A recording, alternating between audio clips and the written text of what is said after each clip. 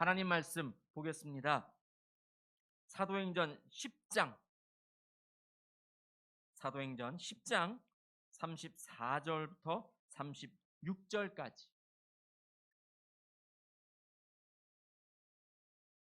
천천히 같이 합독하겠습니다. 베드로가 입을 열어 말하였다. 나는 참으로 하나님께서는 사람을 외모로 가리지 아니하시는 분이시고 하나님을 두려워하며 의를 행하는 사람은 그가 어느 민족에 속하여 있든지 다 받아주신다는 것을 깨달았습니다. 하나님께서는 이스라엘 자손에게 말씀을 보내셨는데 곧 예수 그리스도를 통하여 평화를 전하셨습니다. 예수 그리스도는 만민의 주님이십니다. 아멘. 베드로 사도를 통해서 지금 고넬료와 고넬료 가족들에게 주의 말씀을 복음을 선포하는 지금 첫 머리를 오늘 본문으로 삼았습니다. 고넬료처럼 이방인 고넬료처럼 우리들에게도 우리 주님 이렇게 해 주십시오. 이렇게 기도할 수 있는 시간이었으면 좋겠습니다. 고넬료처럼 우리에게도 라는 설교 제목으로 잠깐 우리 같이 나누기를 원합니다. 계속 말씀드렸습니다만 코로나가 이렇게 막 격상이 되고 이러면서 봉쇄한다, 뭐 락다운이다, 뭐 외국에 안 살아봐서 외국은 어떤지 잘 모르겠는데 우리나라는 그 전에는요. 좀 연세 드신 목사님들이 왜 이렇게 교회를 핍박해? 왜 예배를 못 드리게 말이야? 막 그럴 때 겉으로는 그냥 가만히 있었지만 속으로 그래도 좀 정부 말 좀 듣죠. 이런 생각이 많았습니다. 근데 좀 시간이 지나니까 저도 이거에 물들었는지 아니면 진짜 옳은 생각으로 가고 있는지는 모르겠습니다만 이 봉쇄라는 게 교회만 봉쇄하는 것 같다는 생각이 조금씩 들기 시작했습니다. 그래도 정부가 그렇게 의견을 내고 하니까 따라야 되겠지요. 혹 모를 일이니까요. 그래도 나라가 예배를 막고 뭐 그런다 할지라도 우리의 마음까지는 막지 못하니까 우리의 마음을 다해서 하나님을 열심히 섬기고 예배 드리시기를 바랍니다. 예배 현장에 나오지는 못해도 현장감이 가장 중요하긴 하지만 그런 현장감이 없어도 있는 그곳에서 무릎 꿇고 있을 때 성령님이 우리 마음속에 역사하시면 택함 받은 백성에게 하나님은 놀라운 은혜의 축복을 부어주실 줄 믿습니다. 예배를 통하여 그런 것을 좀 만끽하셨으면 좋겠습니다. 오늘 이 본문엔 고넬료라고 하는 사람이 나옵니다. 10장 1절에 보면 이탈리아 부대의 로마 군대 백부장이라고 나옵니다. 그리고 고넬료는 10장 곳곳에 어떤 사람이다라고 지금 알려주고 있습니다. 10장 2절 말씀을 잠깐 볼까요? 10장 2절 말씀을 보시면 거기에 경건한 사람이다. 늘 하나님을 두려워하는 사람이다. 그리고 유대 백성에게 자선을 많이 베풀어 준 사람이다. 그리고 하나님께 기도하는 사람이다. 라는 평가 됨됨이가 소개되고 있습니다. 고넬료 전에 다비다라고 하는 사람이 나옵니다. 9장 36절에 보면 다비다에 대한 이야기가 또 소개되고 있습니다. 우리 9장 36절 말씀 한번 읽어볼까요? 같이 읽겠습니다. 그런데 요바에 다비다라는 여제자가 있었다. 그 이름은 그리스 말로 번역하면 도르가인데 이 여자는 착한 일과 구제 사업을 많이 하는 사람이었다. 아멘. 다비다라는 뜻은 암사슴, 암영양 이런 뜻입니다. 이게 아람어고요. 그걸 그리스말 헬라어로 바꾸면 이 암사슴이 도르가, 토르가 이런 건가 보죠. 그래서 이렇게 되어 있지만 이분이 여제자예요. 하나님을 열심히 믿었고 예수님을 영접한 여제자라고 소개되고 있습니다. 그러니까 이 여자는 착한 일을 했고요. 구제 사업을 많이 하는 사람이었습니다. 그 이후에 나오는 사람이 고넬료라는 거죠. 고넬료는 아까 우리가 읽었던 10장 2절에 유다 백성에게 자선을 많이 베푼 사람이라고 소개됐습니다. 그러니까 다비다와 고넬료에게는 공통점이 있는데 그 하나는 자선을 많이 베푼 착한 사람이었다라는 것입니다. 그리고 또 하나 공통점이 있는데 하나는 여성이고 하나는 남성이지만 이들은 다 비주류의 사람이라는 것이죠.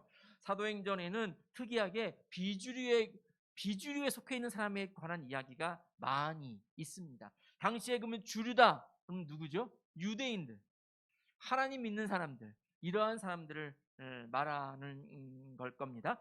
식민지 시대이긴 하지만 식민지 시대에서도 적어도 우리가 볼 때 주류의 백성은 유대인들이다라고 하는 것이죠.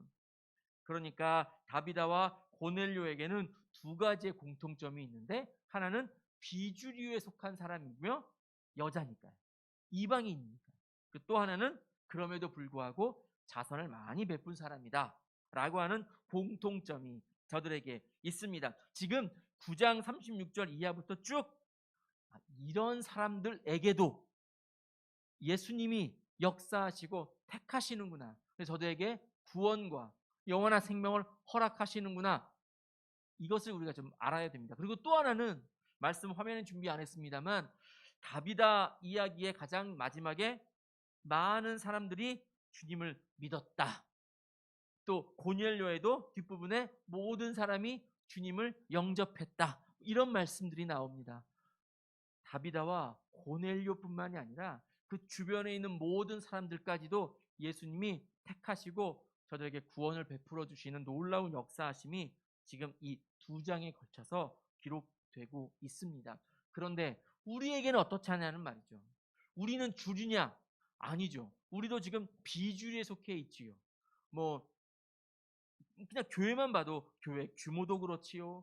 교회가 시작된 그 연수도 짧지요. 뭐 이러니까요. 그럼에도 불구하고 이 비주류에 속해 있음에도 우리 주님이 우리의 마음을 보시고 역사하시고 우리를 택하시면 우리로 하여금 놀라운 일을 감당하게 될 것이다 라고 하는 것입니다. 이것을 우리가 믿고 나아갔으면 좋겠습니다.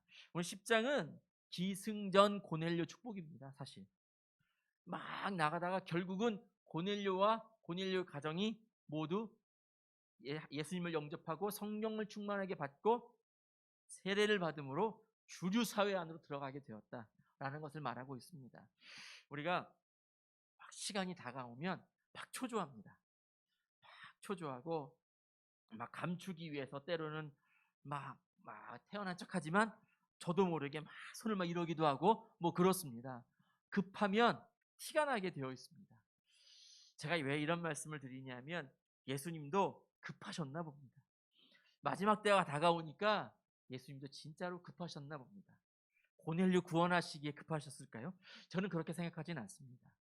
고넬료를 통해서 로마라는 사회를 통해서 온 세상에 하나님의 나라가 속히 이루어지게끔 하시기 위한 그 때가 너무 급하신 겁니다. 그래서 막 여기저기에 환상으로 지금 알려주고 계십니다. 먼저 고넬료에게 제 3절에 화면에 준비 안 했습니다만 꼭 말씀 성경책을 보십시오. 10장 3절에 어느 날 오후 3시쯤에 그가 환상 가운데 천사를 봤다 하는 말씀이 있습니다.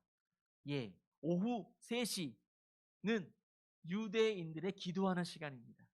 사도행전 3장의 1절에 보면 제3시에 베드로가 기도하러 올라갔다라는 말씀이 나옵니다. 그러니까 오후 3시에 기도했다라고 하는 것은 고넬료도 하나님 그 편에 서서 그렇게 생활을 하고 있는 사람이다. 그러나 그는 주류 안으로 들어갈 수 없는 사람입니다. 다시 한번 그가 이방인이기 때문에 그렇습니다. 이방인에게는 하나님의 말씀이 허락되지 않은 시기입니다. 그럼에도 고넬료가 몰랐을까요? 알았을 것 같습니다. 그럼에도 그는 오후 3시에 하나님 앞에 나아가서 기도하는 그러한 사람이었습니다. 근데 그렇게 기도할 때 환상이 그에게 보였습니다. 너 저기 가서 사람 베드로를 데려와라. 이런 환상을 봤습니다. 곰곰이 생각해 봤습니다. 이렇게 특정한 사람에게 하나님이 환상을 이런 걸 보여주셔서 이를 도모하시는 것이 몇 번이나 있을까? 한번 생각해 봤습니다. 제가 뭐 신약을 많이 약하지만 그래도 한번 딱 떠오르는 말씀은 다메섹 도상에서 예수님이 사울을 부르시는 것, 그리고 또 하나는 바울이 되어서 바울이 아시아로 이제 복음을 열심히 전하려고 할 때 아니야, 유럽으로 가야지라고 하는 그 환상의 말씀을 좀 딱 떠올랐습니다. 우리 사도행전 16장 9절 말씀을 보시면 거기에 이런 말씀이 있습니다. 우리 같이 읽겠습니다.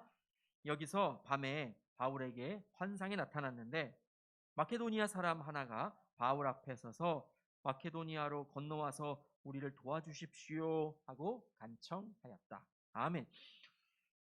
마케도니아 사람 한 명이 딱 부르는, 그래서 이러한 환상을 통해서 바울이 유럽으로 복음의 그 방향을 트는 그런 계기가 되었지요. 이런 말씀이 좀 떠올랐습니다. 하지만 이 바울에게 보였던 이 마케도니아 사람은 불특정한 사람입니다. 그 사람이 아닙니다. 예수님이 사울을 부르실 때는 그 사람이었습니다. 어떤 특정한 사람을 하나님이 쓰실 때 이러한 환상이라는 도구를 사용하시는 것 같습니다. 고넬료에게 확실하게 환상이 보였습니다. 뭐 꿈일 수도 있습니다. 마음에 막 들려오는 그런 소리일 수도 있습니다. 그러나 정확하게 고넬료에게는 생각엔 이런 것으로 들려졌다 이것입니다. 베드로를 데려와라. 베드로는 지금 저 무두장이 집에 있다. 저 무두장이가 솔직히 좀 몰라가지고요. 옛날 성경책을 봤더니 피장이 이 집이었습니다. 가죽 피자를 써가지고 가죽을 다루는 사람, 그런 사람을 순 우리말로 무두장이라고 그러나 봐요. 가죽 막 만지는 사람 집에 베드로가 묵고 있다는 것이죠. 43절에 9장 43절에 욥바에서 베드로는 시몬이라는 무두장이 집에서 묵었다라는 말씀이 있습니다. 베드로는 유대인이었습니다.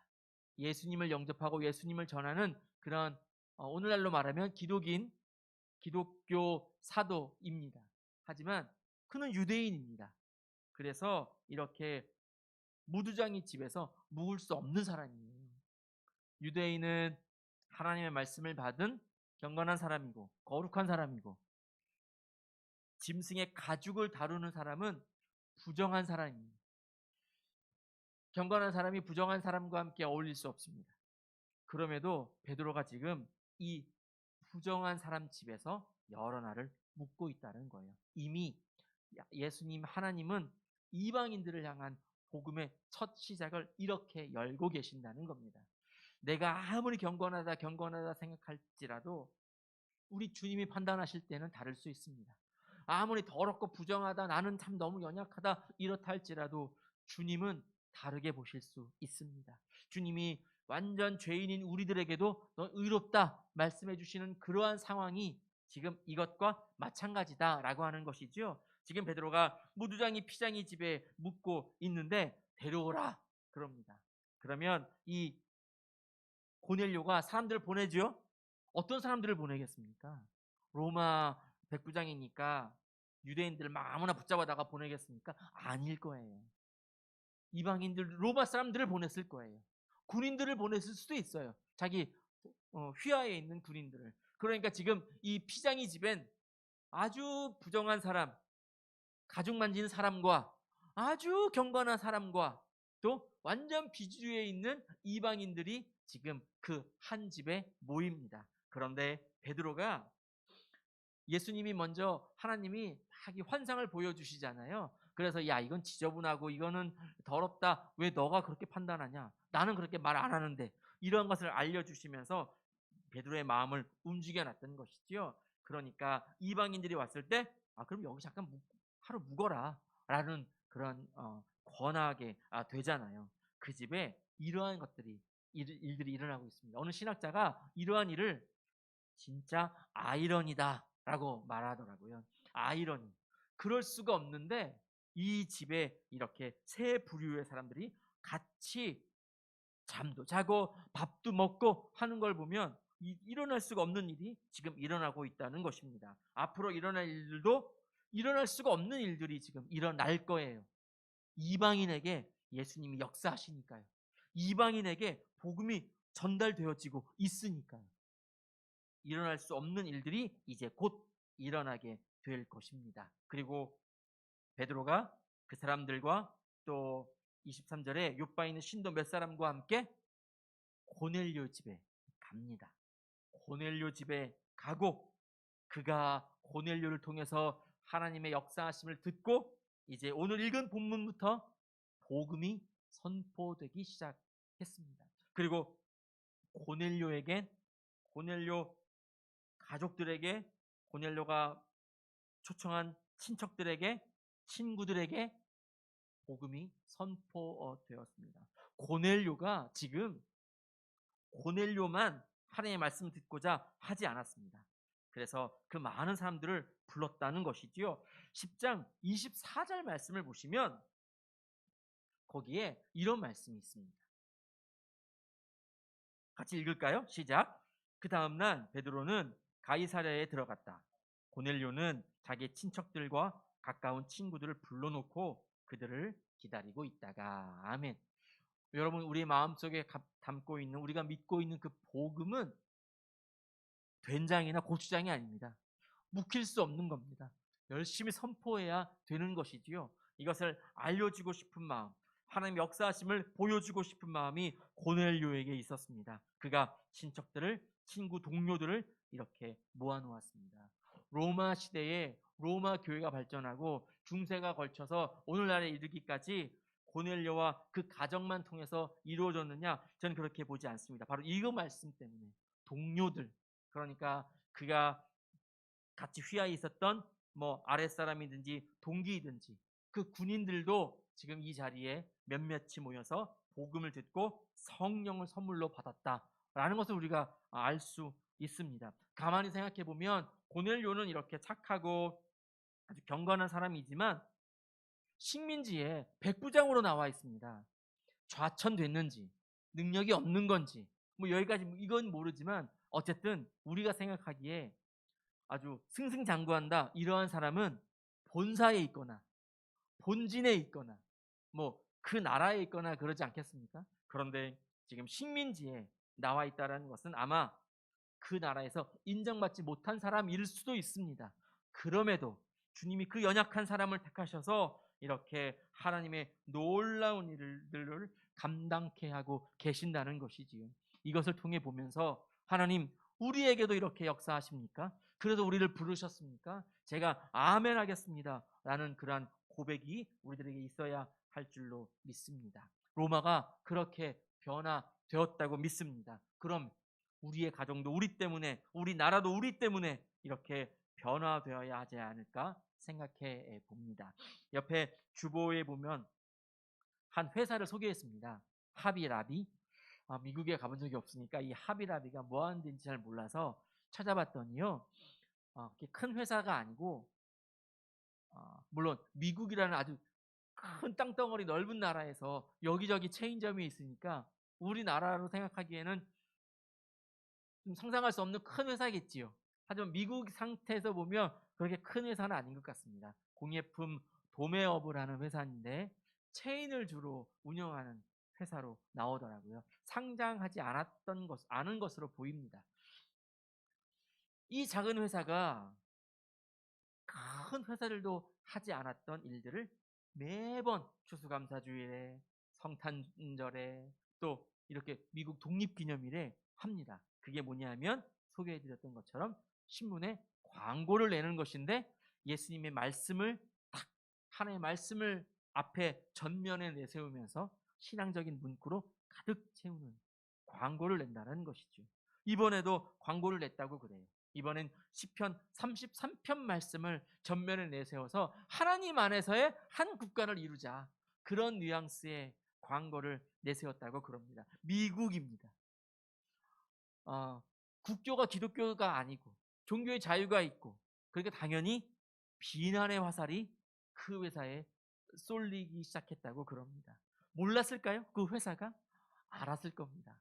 하비라비라고 하는 하비라비 자꾸 광고하는 것 같은데 그 회사가 어떤 회사인지 제가 한번 막 찾아봤습니다. 그 회사를 소개하는 그 위키리스트에 이 CEO가 하나님 믿는 사람이다, 하나님의 사상을 갖고 있다, 뭐다, 하나님에 대한 이야기가 이만큼이 나옵니다. 그걸 보고 깜짝 놀랐습니다. 이러한 용기가 이들에게 있구나. 이번 팬데믹 때문에 작년 4월 달엔 모든 전국에 있는 체인점이 문을 닫았다고 그럽니다. 그래서 이런 어려움 속에 있는데 그럼에도 불구하고 이 어려운 가운데에서도 미국 그 기념일 날에 하나님의 말씀을 내세우는 광고를 게재했다는 거예요. 어마어마한 비판이 몰려오면서 우리나라였으면 당장 불매운동이 일어나고 하고 막 그럴 텐데 모르겠습니다만 미국에서 어떤 일이 일어날지. 아무튼 어려운 그런 시각에 또 라디오에서 매체에서 신문에서 그 회사를 비판하는 비난하는 그런 일들이 여기저기서 일어난다고 그럽니다. 그러면 또 당연히 우리 기독 이쪽에서도 빌리그리암 목사님의 그 손자가 또 하비라비를 옹호하는 또 글도 올리고 막 또 이렇게 부대끼는 그런 일들이 일어난다고 그러더라고요. 그 CEO가 누군지는 모르지만 어떻게 감히 이렇게 광고를 내고 모든 백성 사람들에게 알리고 그럴 일을 도모할 생각을 했을까요? 주의 말씀이 적어도 그에게는 진리였기 때문입니다.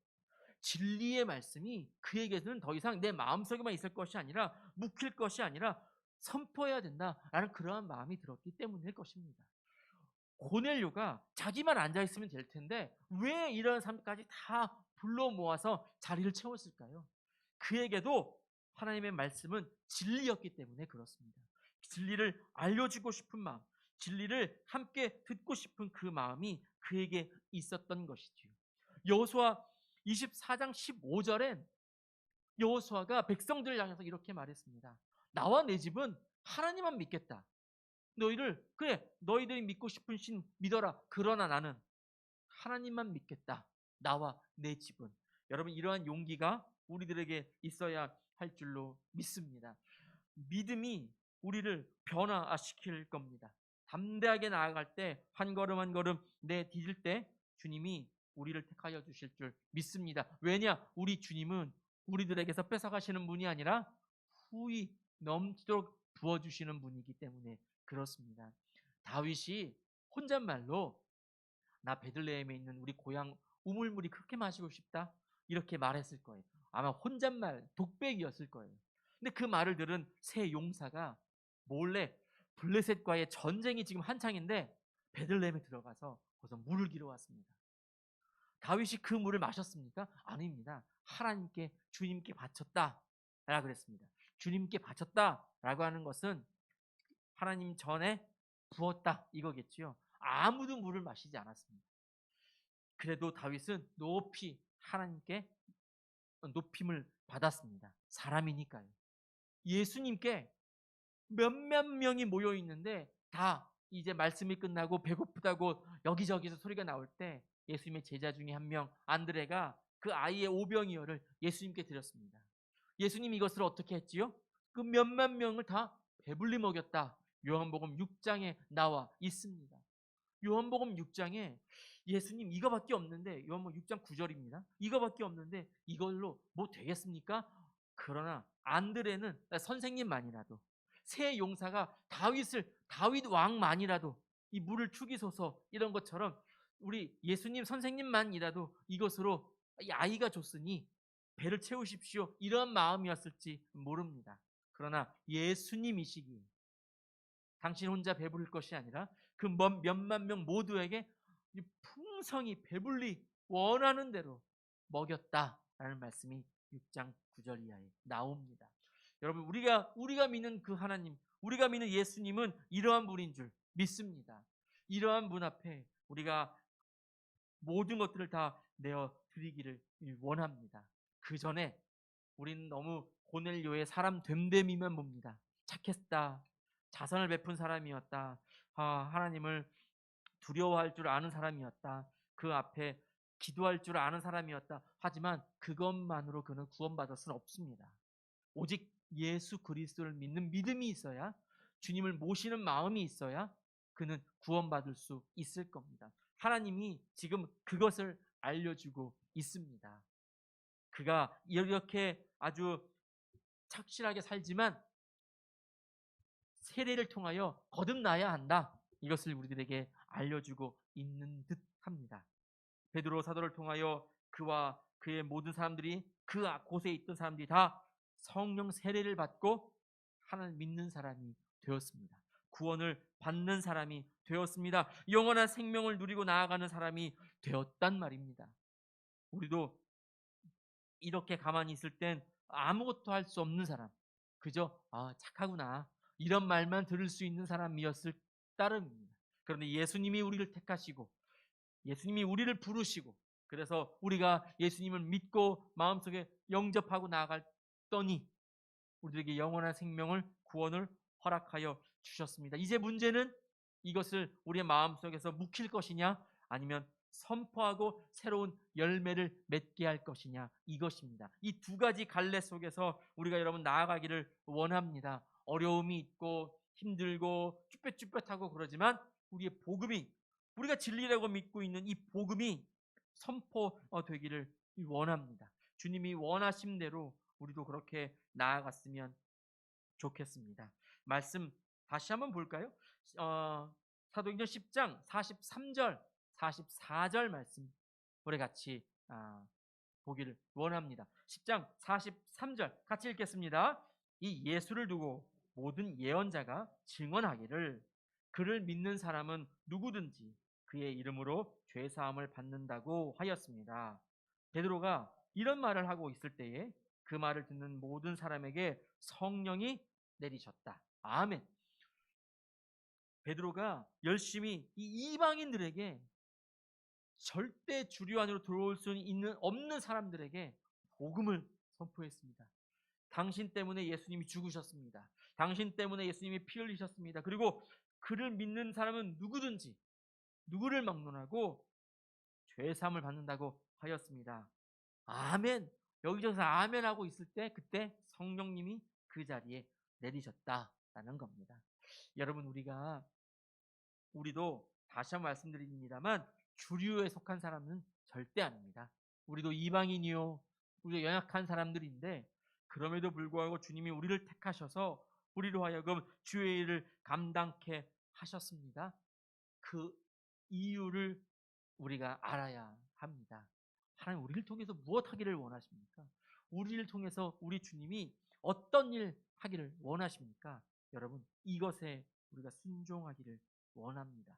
열심히 주님의 그 뜻 붙잡고 나아갈 수 있도록 우리가 그렇게 기도하기를 원합니다. 주님은 오늘도 살아계시고 어떤 목사님 표현을 빌면 주님은 오늘도 눈 시퍼렇게 뜨고 우리를 쳐다보신다고 그럽니다.